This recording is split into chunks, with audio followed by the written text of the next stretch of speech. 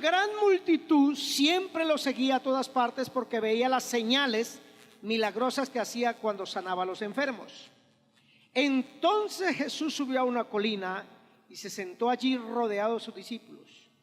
Ya era casi el tiempo de la celebración de la Pascua judía. Enseguida Jesús vio que una gran multitud venía a su encuentro y dirigiéndose a Felipe le preguntó: ¿de dónde podremos comprar qué? ¿Podemos comprar qué? Frijoles, arroz, pollo, empanadas, almojábanas. ¿De dónde podremos comprar pan? ¿Para qué? Para darle de sustento a toda esta gente, para alimentar a toda esta gente. Si usted viene de una familia de pobres, como la mayoría de los colombianos, usted se acordará que la lucha más grande que tenía su papá y su mamá era ¿cómo? ¿Cuál era? ¿Cómo traer el mercado cada semana o cada mes a su casa para alimentar a su familia? Y sobre todo la familia de nuestros abuelos, de nuestros padres, que no tenían como el día de hoy un hijo o máximo dos, sino que sin televisor llegaban los muchachos y la filosofía del paisa. Cada muchacho trae su arepa, su pan debajo del brazo y por supuesto, mire lo curioso, usted cuando niño no se angustiaba ni se preocupaba por eso. Porque los niños no se afanan por lo que van a ¿qué? A comer. Ellos sencillamente de alguna parte llegará, pero el que sí se afana, el que sí se asusta, el que sí se preocupa es el padre de familia responsable cuando ve a sus 2, 5 o 8 integrantes de su familia y que no hay nada para comer y la esposa agrega, porque la esposa es más materialista, más dada a la cocina, al alimento, a los detalles y le dice: mi hijo, hoy no hay nada para... ¿Lo ha tenido que usted decir? Esta semana no tenemos nada. Y estoy hablando con los que hemos sido pobres. Los otros es todo lo contrario. Y decía a su mamá: mi hijo, no traiga tanto mercado que me está sobrando.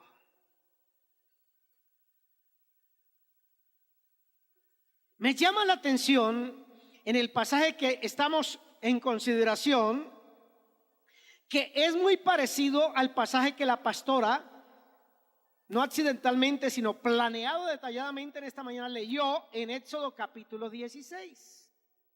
Y nota usted por lo menos 3 cosas bien características entre Éxodo capítulo 16 y el evangelista Juan capítulo 6.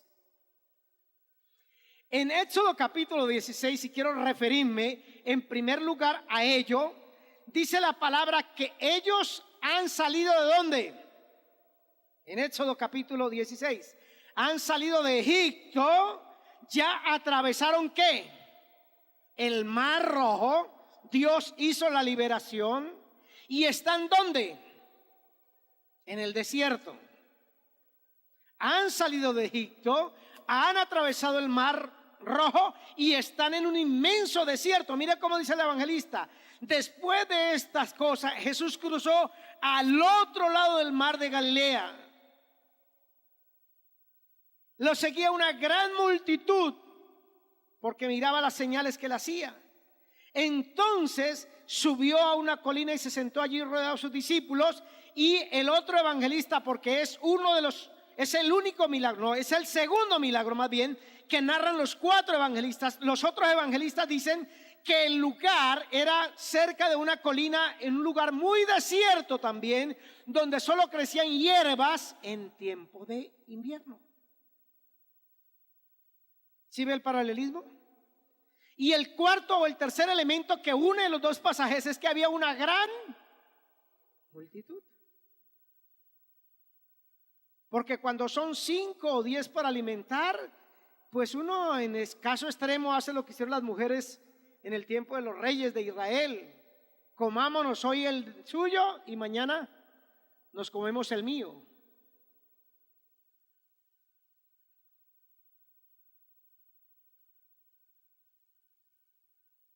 Pero es una gran multitud también.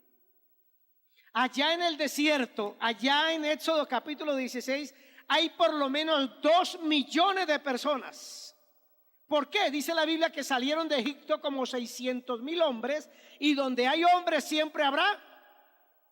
Gracias por decirlo y reconocerlo, porque ustedes sin nosotros no existen y nosotros sin ustedes tampoco. Y donde hay mujeres y hombres, ¿hay qué? Niños. Así es que los comentaristas dicen que más o menos hay 2 millones de personas en un inmenso desierto donde no hay provisión. Más sin embargo, dice la Biblia aquí en Juan capítulo 6 que habían como 5,000 hombres. Versículo 10. Solo contando a los hombres sumaban alrededor de 5,000. Y repito, donde hay un hombre, siempre hay una mujer. Y donde hay mujeres y hombres, siempre habrá niños. Así es que usted calcule cuánto era la multitud. Y las dos situaciones presentan una necesidad prioritaria. La alimentación, el pan nuestro de cada día. Y en los dos pasajes, el milagro no consiste, como a veces nosotros los cristianos nos enfocamos solamente en el milagro, no consiste en cómo se operó el milagro, sino en el Dios que hizo el milagro. Pero mire las dos reacciones. En Éxodo capítulo 16 ocurrió el milagro, pareciera ser como consecuencia de lo que más nos gusta a los seres humanos hacer. Dígalo, señora. Comer no, cuando no hay comida, cuando no tenemos recursos, cuando no hay salud, cuando no hay esposo, cuando no hay esposa. ¿Qué nos gusta hacer? Quejarnos. Y dice la Biblia que el pueblo se quejó a oído de los líderes. Y ellos le dijeron, ¿y nosotros qué tenemos que ver en esto? En cambio, en el Evangelio de Juan, el problema no es la queja, es que Jesús se anticipa y ve que su pueblo tiene la necesidad de provisión. ¿Ve las diferencias? Y por eso, para los que toman nota solamente, el Dios de la multiplicación. En ambos ocurre milagro de provisión, de multiplicación. Allá en Éxodo capítulo 16 Dios dijo, esta tarde van a comer carne, y les envía una de las aves más exquisitas después de cocinada, después de preparada. Porque Dios le gusta ser exquisito con su pueblo. ¿Cómo se llama el ave?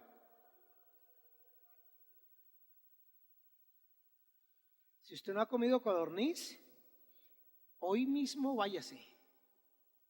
Rompa la alcancía, saque la plata debajo del colchón y vaya a comer ¿qué? Codorniz en salsa de champiñones, rostizada.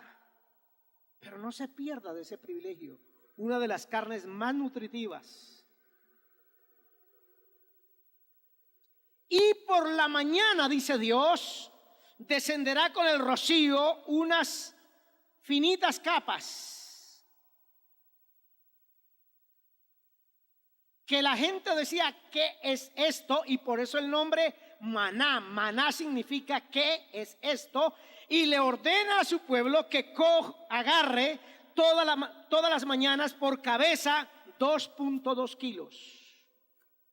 1,200 gramos de esa harina, de esa especie de hojaldras que caían con el rocío, y lo podían preparar de muchas formas. Y estoy haciéndole la comparación para lo siguiente. Todos queremos ver en nuestra vida obrando al Dios de la... Todos queremos ver en nuestras vidas obrando al Dios de... Todos queremos ver en nuestra vida obrando al Dios de la... Usted no está convencido. Pero lo que quiero decirle entonces en esta mañana es, cuando usted vino a Jesucristo, no se arrimó a un sanador, ni mucho menos a un profeta, como esta gente termina diciendo, no. Se arrimó al Dios que toma los elementos y los multiplica en abundancia para suplir la necesidad de su pueblo.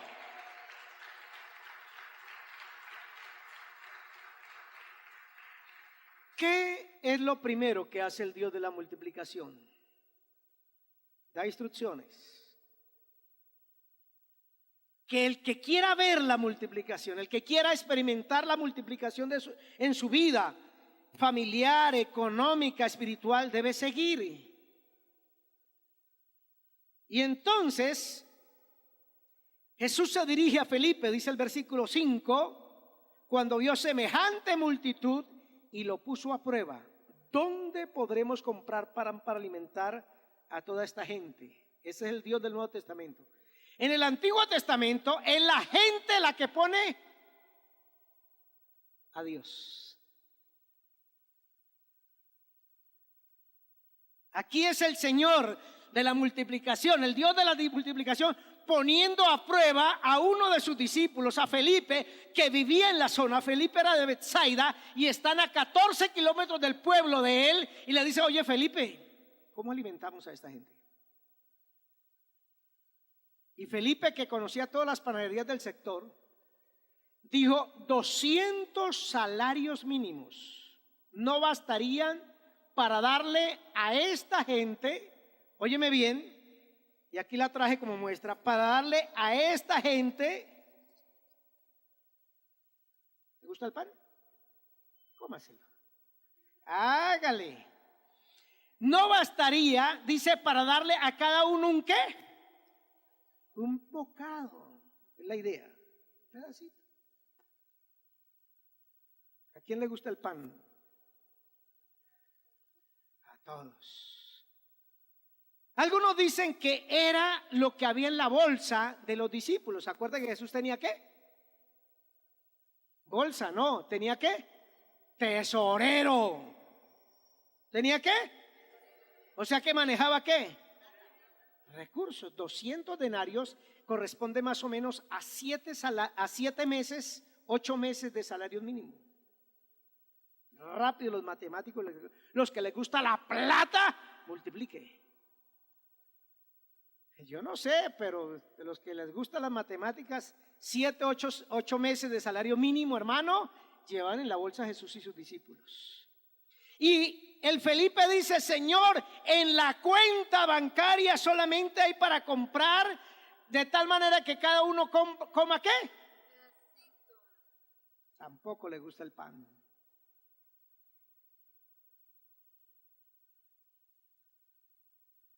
Y quiero llamarle la atención a eso antes de ir a las instrucciones que el Señor da. A veces cuando usted tiene la necesidad, cuando está la carencia delante de sus ojos, usted mira los recursos. Y mira, estos son los recursos de los hombres: el salario. Y usted dice: no, lo que yo tengo es el salario, lo que yo me gano. ¿Y para qué alcanza eso? Pero es que algunos no se han casado porque no hacen sino mirar el salario. No miran al Dios del matrimonio, sino al salario. Pastor, dice Diana, ¿yo cómo me caso si apenas me gano 2.800.000 pesos al mes? Gloria, dale un codazo ahí, dígale: deje mirar la plata, mire a Dios. Y me llama la atención que los hombres somos así. Y Felipe le representa a usted: esto es lo que tengo y esto no alcanza para nada. Y de pronto el otro discípulo dice: bueno, aquí hay un niño, un muchacho, un pibe, un mocetón, como lo querramos llamar, que trae 2 pececillos. Y no son peces, la versión de pececillos. ¿Peces qué? Pequeñitos. Haga cuenta, los nicuros pequeñitos. 2 pececitos que los los escabeche. ¿Qué es escabechar? ¿Amas de casa? Pescado en escabeche, ¿qué es? Suena bonito, pero ¿qué es escabechar? ¿Ah? Adobarlo en sal y otras cositas húmedas para que se conserve.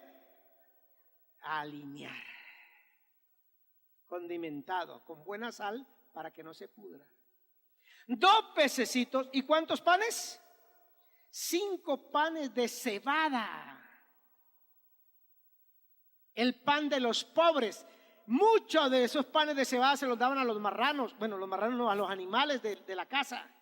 Se consideraba que era muy pobre el que tenía que comer pan de cebada. Y dice el discípulo: aquí hay un muchachito que tiene 5 panes de cebada y 2 peces. Pero ¿de qué sirven ante esta enorme multitud? Y voy con la palabra que le quiero revelar a su corazón en esta mañana. Número 1. Si usted quiere tener al Dios de la multiplicación de su lado, siga sus instrucciones. Todo eso lo hacía para probar a sus discípulos, porque él sabía, dice la Biblia, lo que hay que hacer. Y él sabía, óigame bien, ¿qué había que hacer? Versículo 10. Díganle a todos que se sienten.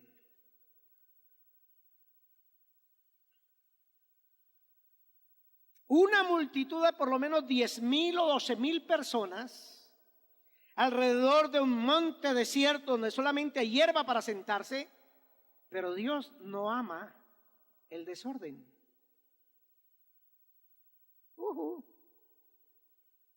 ¿Aló? ¿Y de cuántos en cuánto los mandó sentar? Ahí dice la cifra. ¿De cuántos? De 50 en 50. ¿Quiere provisión para su vida? Yo también la quiero. ¿Qué es lo primero que el Señor dice? Siga las instrucciones, siga el orden.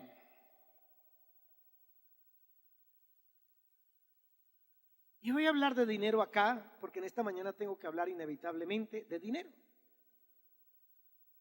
Usted conoce personas, yo conozco personas que les ha llegado a sus manos miles y millones de pesos. ¿Aló?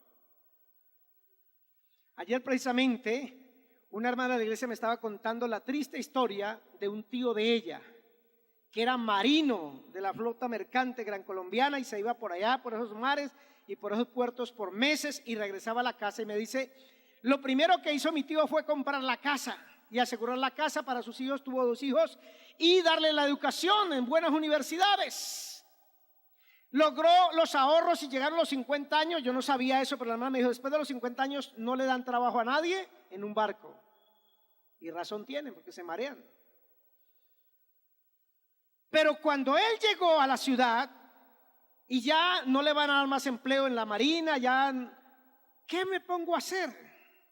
Y entonces la esposa, que tiene un hermano, me dice la hermana, que es panadero, le dijo, montemos una panadería.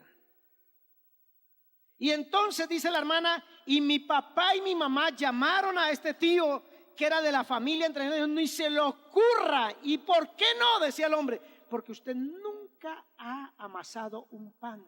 Usted con el pan lo único que hace es comérselo.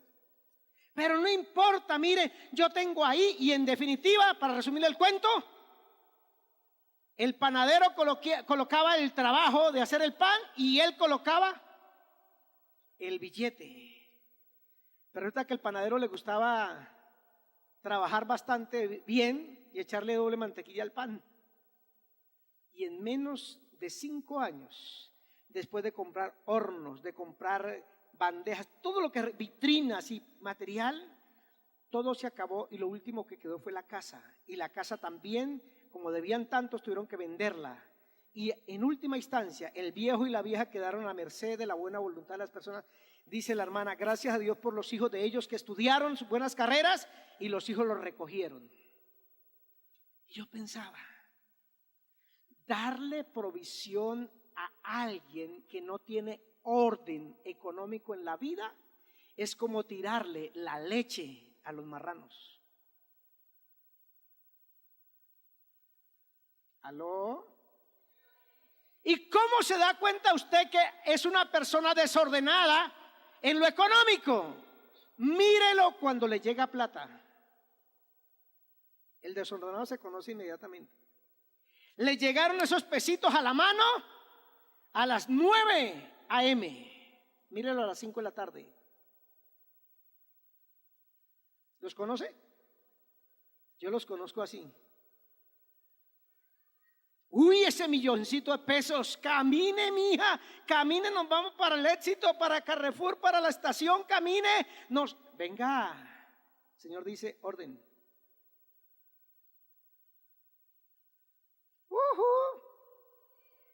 Habla, Pastor Perilla, que tu sierva escucha.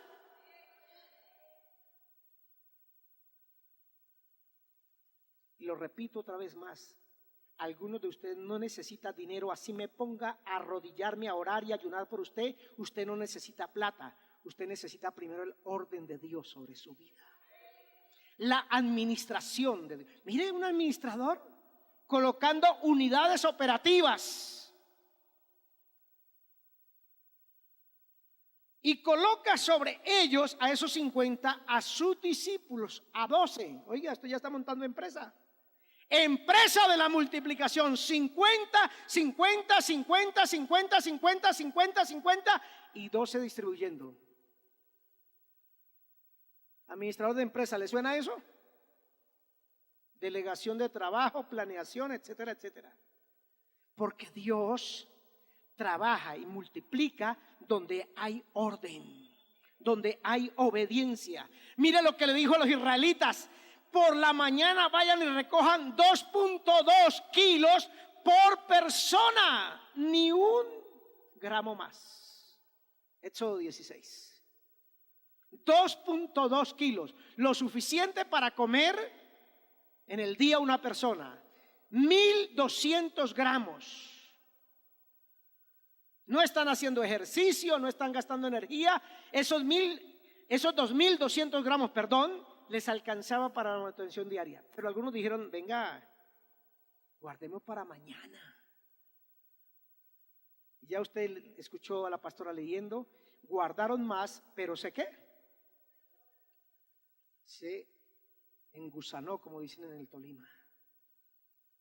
Siga las instrucciones de Dios, mi hermano. Dios no trabaja con el desorden. Me da tanta alegría cuando yo veo a parejas de Catedral de Vida diciéndome, pastor, ahora sí, ¿qué tengo que hacer para casarme? Yo le digo, tome el curso, traiga el registro civil, traiga la fotocopia de la cédula, el registro de los niños y vamos para el matrimonio. ¿Y sabe qué me dicen? El 98% de las parejas me dicen, pastor, porque nosotros queremos la bendición de Dios en nuestro hogar. Es que eso es orden y Dios respalda el orden. Cuando usted vive en unión libre, vive bonito, vive bueno, tiene la expectativa de que si no funciona, ¿eso qué? Se acaba y no pasó nada. Pero cuando usted se casa, usted vive seguro. ¿Sabe por qué las mujeres, sobre todo a los hombres, que nos es difícil aceptar el matrimonio, insisten tanto con el matrimonio? Porque la mujer tiene una necesidad muy grande de seguridad.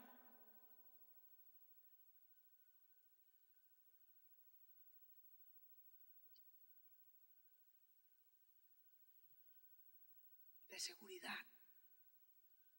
Y su mujer puede estar ahí viviendo con usted hace 15 años, 20 años rejuntados, como lo quiera llamar, unión libre, pero ella por dentro siente una inseguridad tremenda. Dice, porque no sé a qué horas este hombre se vaya y ¿qué? Me abandone. Los espero en mi oficina esta semana. Los espero en mi oficina esta semana. Número 2. Este bendito Andrés dice, Señor, por aquí hay algo, una merienda, unas onces. Ni almuerzo alcanzaba a hacer, una media mañana. 2 pececitos, porque algunos leen la Biblia 2 peces y me dan 2 bocachicos, 2 bagres de esos de 25 kilos. No, 2 pececitos, hermano.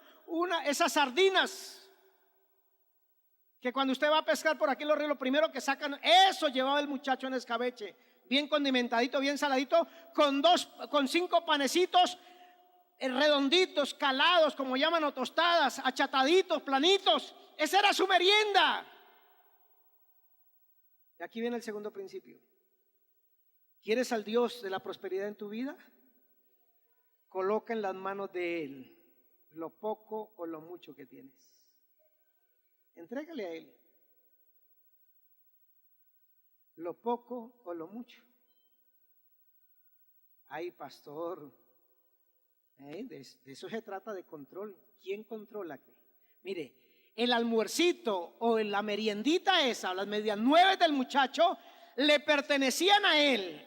Pasan por las manos de Andrés, y mientras estaban en las manos de Andrés y del muchacho, ellos tenían el control. Mire esto.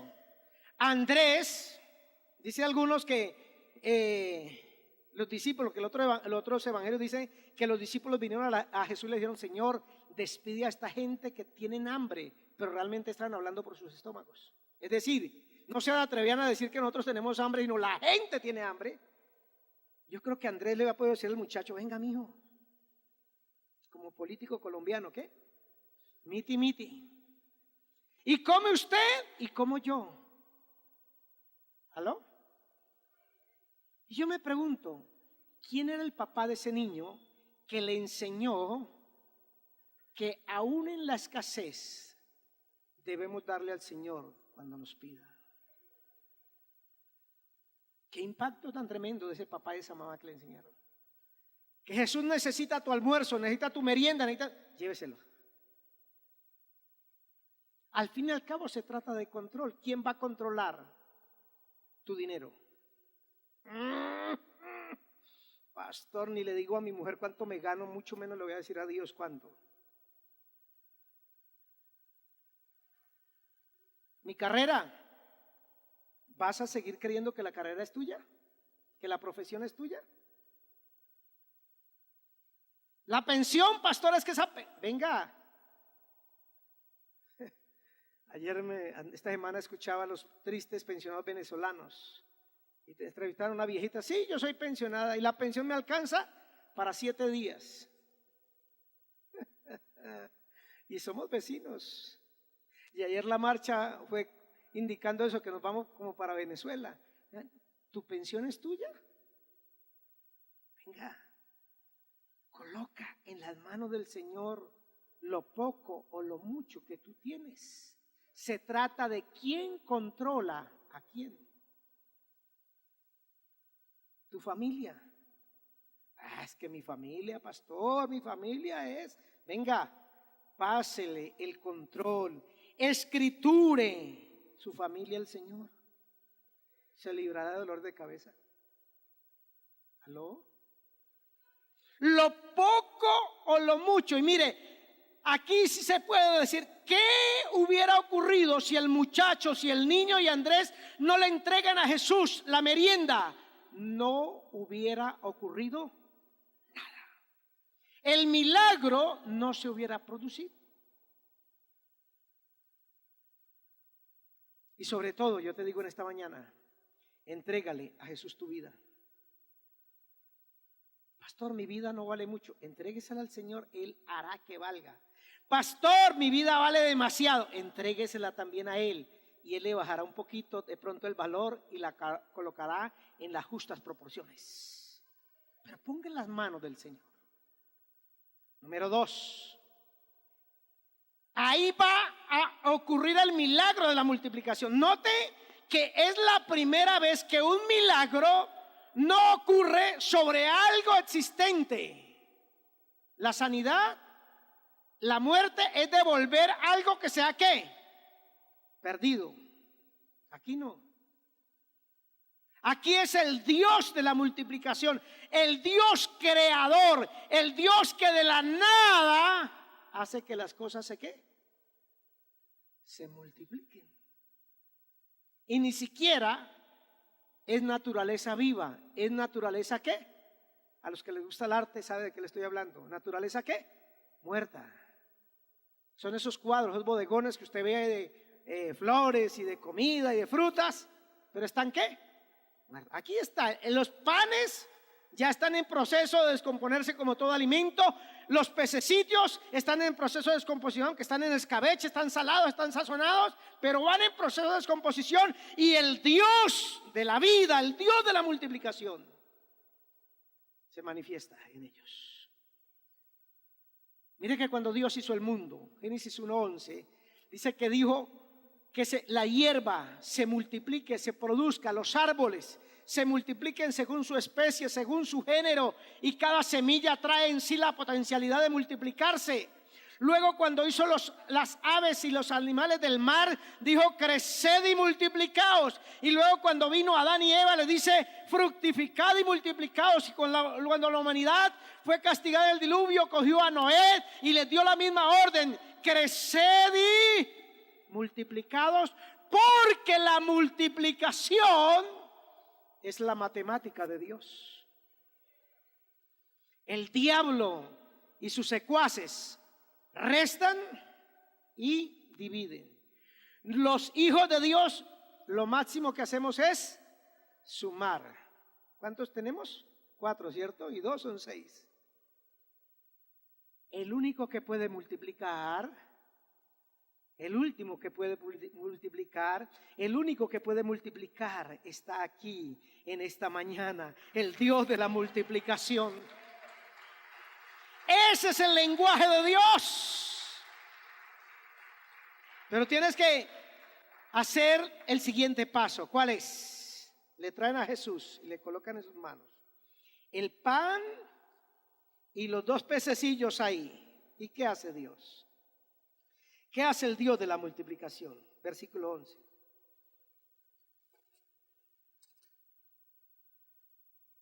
Si no hay bendición, no hay, dígalo, si no hay bendición, no hay multiplicación. Paso número 1, siga las instrucciones, siga las órdenes de Dios, obedezca el mandato del Señor en su vida, en cualquier área de su vida. Paso número 2, entréguele al Señor lo mucho o lo poco, ponga en las manos de Él. Pero número 3, pida la bendición. Y me imagino que Jesús está aquí como el padre de familia, que cada noche o cada mediodía en la mesa, como buen judío, decía: Dios creador todopoderoso, que das el pan de la tierra, bendice estos alimentos. Decía un judío piadoso. Ahí está Jesús como padre de familia. Señor Dios de la vida, Padre celestial, bendice estos alimentos. El siguiente paso es la bendición. ¿Cómo así, pastor? Sí, yo puedo venir en el proceso, pero si yo no coloco la bendición de Dios en lo que hago, en lo que soy, en lo que tengo, ahí voy a estar patinando en el mismo lugar. ¿Qué es la bendición?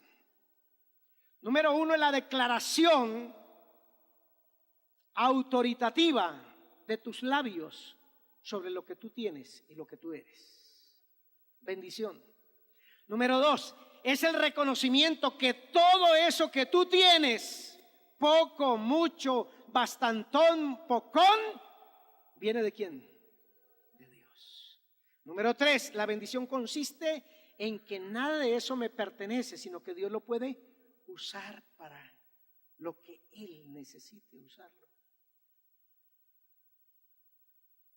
¿Aló? No, bendígame, écheme la venga, eso no sirve para nada. Yo puedo repartirle cruces a usted por montón. La bendición, óyeme bien, la bendición empieza cuando tú mismo sacas de tu vida, de tu lenguaje, la maldición y empiezas a bendecir con tu propia boca.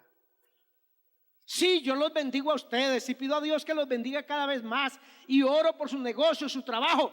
Pero la mejor bendición es la que usted, como hijo de Dios, como sacerdote del Altísimo, como siervo del Dios de lo alto, declara: bendigo mi familia. Así el diablo me la quiera bendecir, ellos están bajo la bendición de Dios. Mire esto, mire los 3 pasos en la vida de Abraham, capítulo 22. Dios le dice a Abraham: te bendeciré y te ¿qué? Multiplicaré, que tus herederos, tu descendencia será como ¿qué? Como la arena del mar y las estrellas. Pero miren los pasos. Abraham obedeció.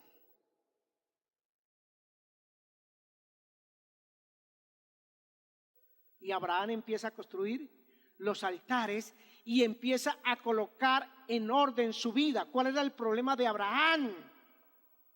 Abraham parecía colombiano, hermanos. Los colombianos tenemos una buena o mala referencia a lo siguiente: alquilamos una casa, un apartamento para nosotros 3, y a los 2 meses ¿cuántos hay? 5. ¿Y al año cuántos hay? 8. ¿Aló? ¿Ha visto eso? Y el dueño de la casa: pero señora, si yo le arrendé, usted me dijo que para usted, su esposo y sus 2 niños, y ya veo como 10 ahí. Sí, es que vinieron mis primas, mi tía, mi suegra, mi abuelo, Ese es el problema de Abraham. Se trajo con él un montón de gente, empezando por su padre Taré, que Dios no le dijo que lo trajera, su sobrino Lot, que Dios no le dijo que lo trajera. El Dios de la multiplicación se manifiesta en nuestra vida, en nuestro negocio, en nuestro hogar, en nuestro estudio, en nuestra capacidad. Escúchame bien esto: es porque quiere bendecir a otros, no a mí mismo. Esa es la diferencia entre la multiplicación de los hombres y la multiplicación de Dios. Mírenlo en la creación: produzcan la tierra, produzcan las plantas, produzcan las semillas, produzcan las aves, produzcan los peces. ¿Para quién? Dígalo fuerte: ¿para quién? Para los demás, para nosotros.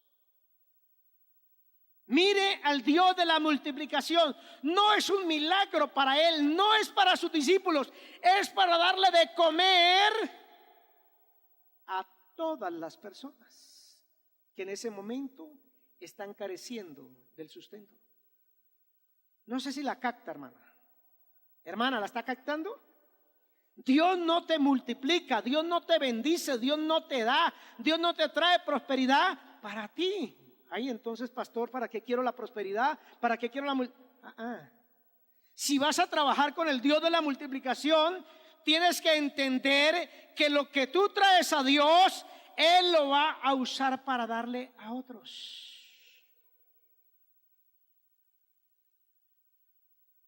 La semana anterior a esta fui a visitar una familia. Me dijeron: pastor, si nos puede regalar algo de alimentación, de arroz, cualquier cosa es bienvenido a esta casa, me dijo el hermanito. Y no he podido hacerlo, porque allá son 2, pero aquí tenemos 130 niños. Y Marina diciéndome: pastor, esta semana no tenemos para el comedor infantil. Y hoy yo decía: Dios mío, si los hermanos traen la ofrenda para el comedor, de pronto saque un poquito para darle a esa familia. Pero si Marina me dice: pastor, no alcanzó, me toca decirle a la familia: qué pena. Se da cuenta, las necesidades son cada vez más grandes y los recursos pocos. Pero le tengo buenas noticias. Cuando usted se deja usar a Dios, se deja usar por Dios, para bendecir a otros, el milagro va fluyendo. El milagro va fluyendo, el milagro va fluyendo. Y último, importante punto, hermano: Dios no se multiplicará, óyeme bien, no hará la multiplicación sino a través de personas dispuestas. Dígame usted, ¿el milagro ocurrió en las manos de Jesús, en las manos de los discípulos o en las manos de la gente?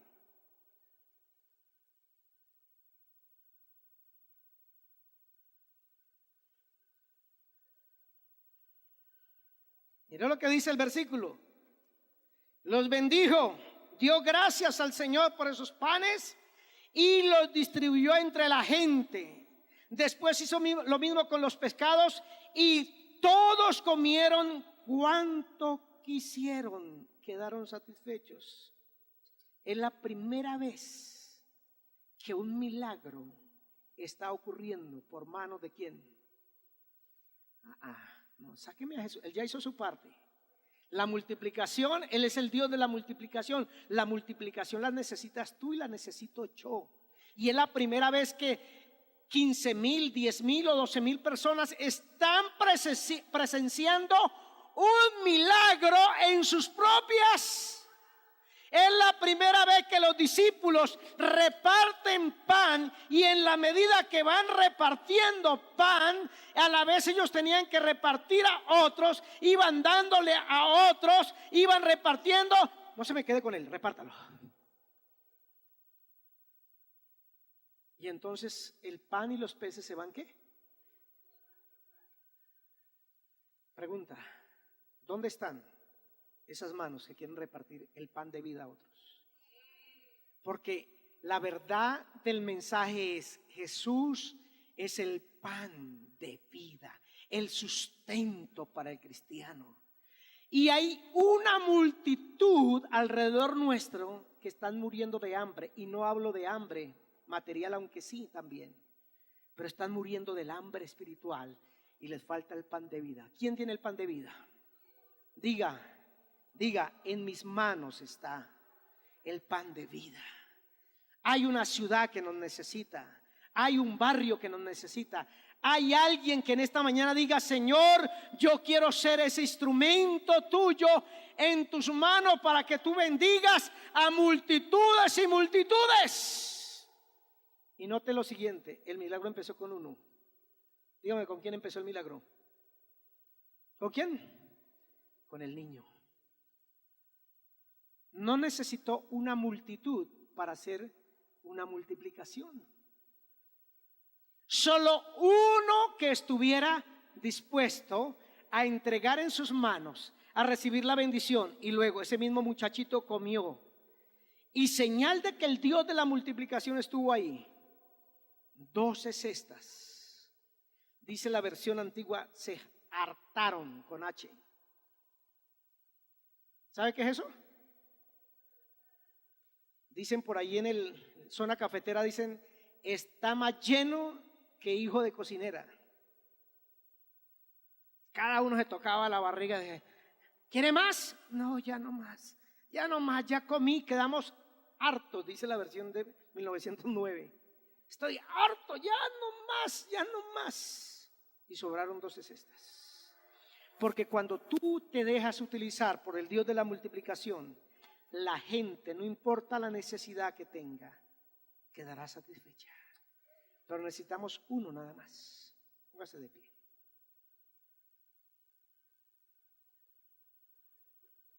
Quiero que mis discípulos, gracias amigos televidentes, Dios los bendiga. Lo invito a la Catedral de Vida todos los domingos 10:30 de la mañana, 8:30 de la mañana y los miércoles a las 7 de la noche. Dios los bendiga.